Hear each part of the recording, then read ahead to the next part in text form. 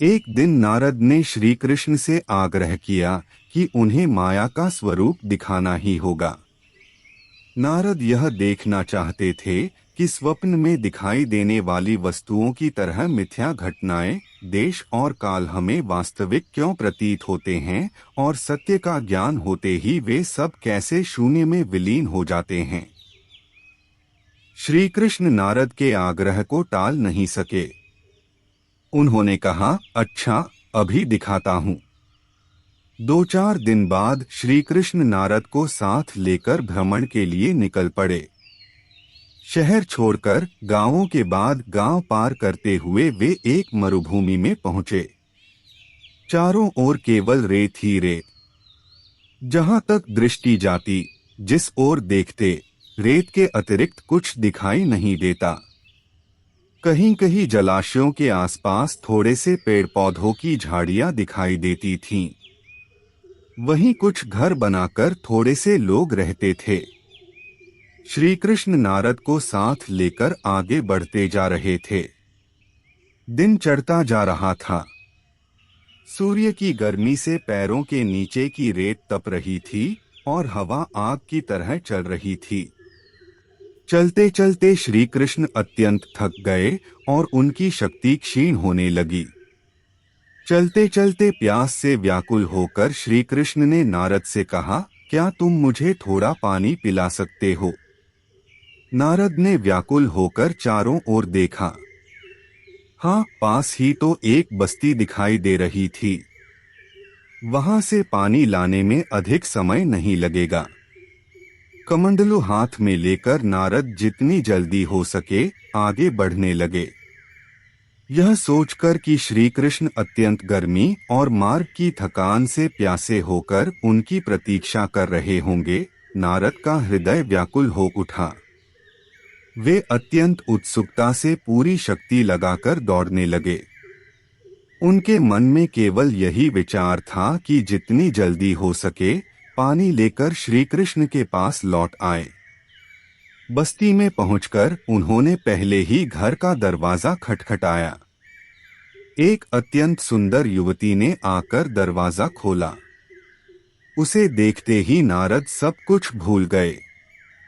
वे एकटक उसकी सुंदरता को देखते रह गए। कुछ देर चुप खड़े रहने के बाद वे उस युवती से बातचीत करने लगे। बहुत देर तक बातचीत चलती रही। न जाने कितनी बातें हुईं। श्री कृष्ण प्यासे होकर उनकी प्रतीक्षा कर रहे हैं, यह बात क्षण भर के लिए भी नारद के मन में नहीं रही। उस दिन वे श्री कृष्ण के पास लौटे ही नहीं। अगले दिन वे फिर उस युवती के पास पहुंचे। फिर दोनों में बातचीत होने लगी। अंत में युवती की सहमति लेकर नारद उसके पिता के पास विवाह का प्रस्ताव लेकर गए। पिता भी राजी हो गए और नारद का उस युवती से विवाह हो गया। युवती के पिता की अच्छी खासी संपत्ति थी। बहुत सा धन, जमीन, गायें, तालाब, बगीचे आदि तो थे ही, साथ ही एक अच्छा घर भी था। इसलिए नारद सुख और आराम से गृहस्थ जीवन बिताने लगे। कुछ समय बाद युवती के पिता का देहांत हो गया। उनकी सारी संपत्ति के स्वामी नारद बन गए।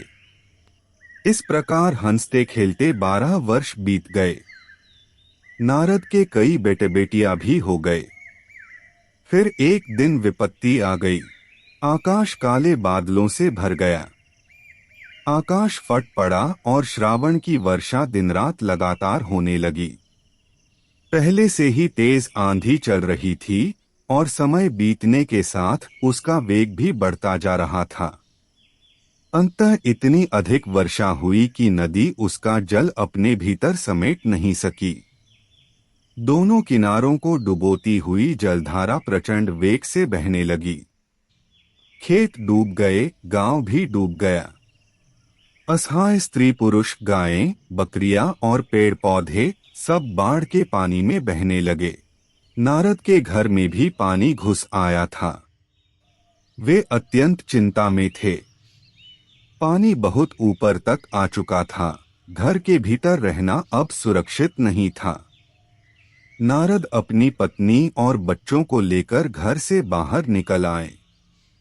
एक हाथ से पत्नी को पकड़ा, एक बच्चे को कंधे पर उठा लिया और दो बच्चों को दूसरे हाथ से संभाल लिया। वे अत्यंत सावधानी से सुरक्षित स्थान की तलाश में आगे बढ़ने लगे। लेकिन आश्रय कहाँ था? वे कहाँ जाएं? चारों ओर केवल पानी ही पानी था। लालसा बाढ़ का पानी मानो मनुष्य की शक्ति का उपहास करता हुआ कलकल की ध्वनि के साथ लहरों पर तालियां बजाता हुआ आगे बढ़ रहा था। तेज धारा के सामने अधिक दूर तक आगे बढ़ना संभव नहीं हुआ। कंधे पर बैठा बच्चा पानी में गिरकर बह गया।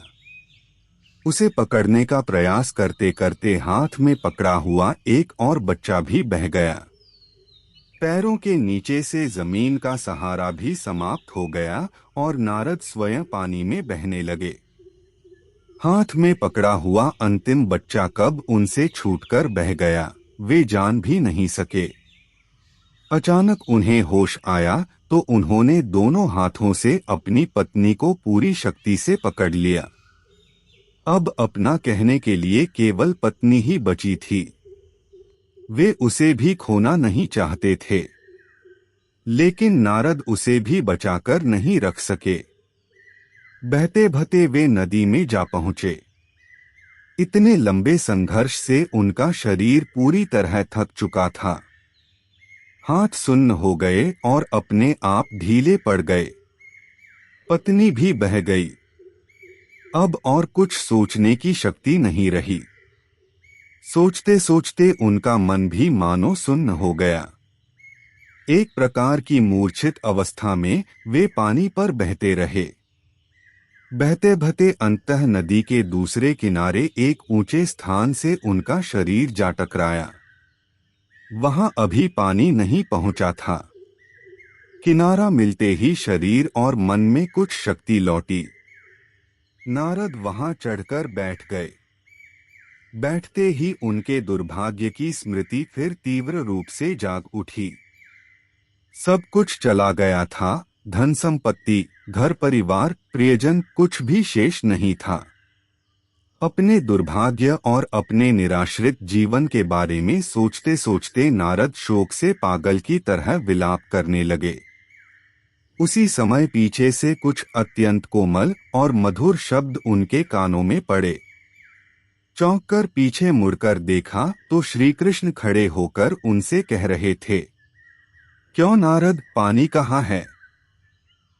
आधा घंटा हो गया, तुम पानी लेने गए थे। क्या हुआ? आधा घंटा। नारद चिल्ला उठे। 12 वर्षों की इतनी सारी घटनाएं और इतने विविध अनुभव उनके मन पर केवल आधे घंटे में घट गए थे। तब नारद समझ गए कि माया क्या है। उन्होंने कहा, ठाकुर, बहुत हो गया, अब वापस चलिए। हमारे जीवन में अनुभव होने वाली सभी वस्तुएं माया के प्रभाव से हमारे मन में प्रकट होती हैं। देश, काल, जीव और जगत, सब कुछ। जब माया का आवरण हट जाता है तब दिखाई देता है कि सामान्य अवस्था में जिसे हम कठोर वास्तविकता समझते हैं वह मन की कल्पना के अतिरिक्त और कुछ नहीं है। उस समय सब कुछ विलीन हो जाता है। ठीक वैसे ही जैसे कल रात देखा हुआ स्वप्न अब कहीं नहीं है।